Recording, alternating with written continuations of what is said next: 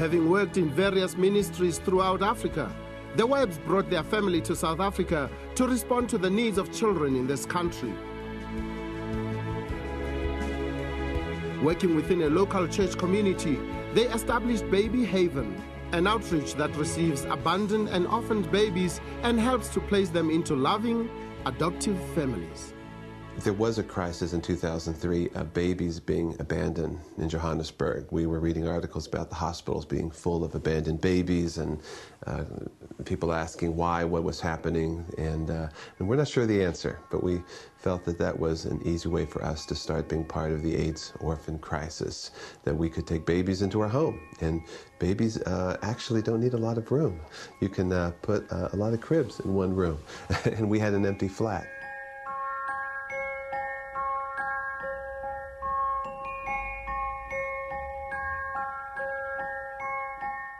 Many people always ask us, why did we come to Africa? And both in the United States, too, they ask us, why did we leave and come here? And our heart was to be part of the answer, just a very small part of this crisis with AIDS and the dilemma with all these children and them being not raised by anyone.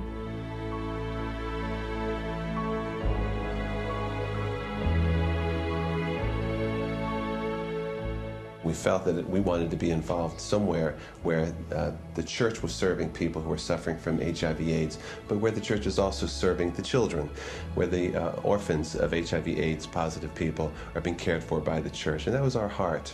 We ought to be the ones that can take in children and adopt them and bring them into our home, knowing that God has done that to us by bringing us into His family.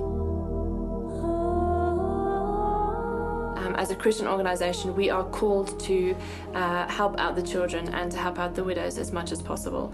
I really feel that as Christians, we need to do something about our faith. We need to put our faith into action. When we read in James 1, verse 27, it reads us that pure religion and undefiled before God and the Father is this, that we take care of orphans and widows in times of their crisis, and that we get unspotted from the world. And I think the church has the response. The church has the human resources. The church has the love, and the church has the compassion to look into the HIV/AIDS crisis and the orphan care as well. And I like the story of Pharaoh's daughter because she was of a different culture, of a different class, and probably of a different religion, but was able to take a child unconditionally, not even know where that child was coming from. As Christians who have been adopted by faith into God's family, how can we say no to adopting another child? If every family would just adopt one child, there would be almost no crisis at all.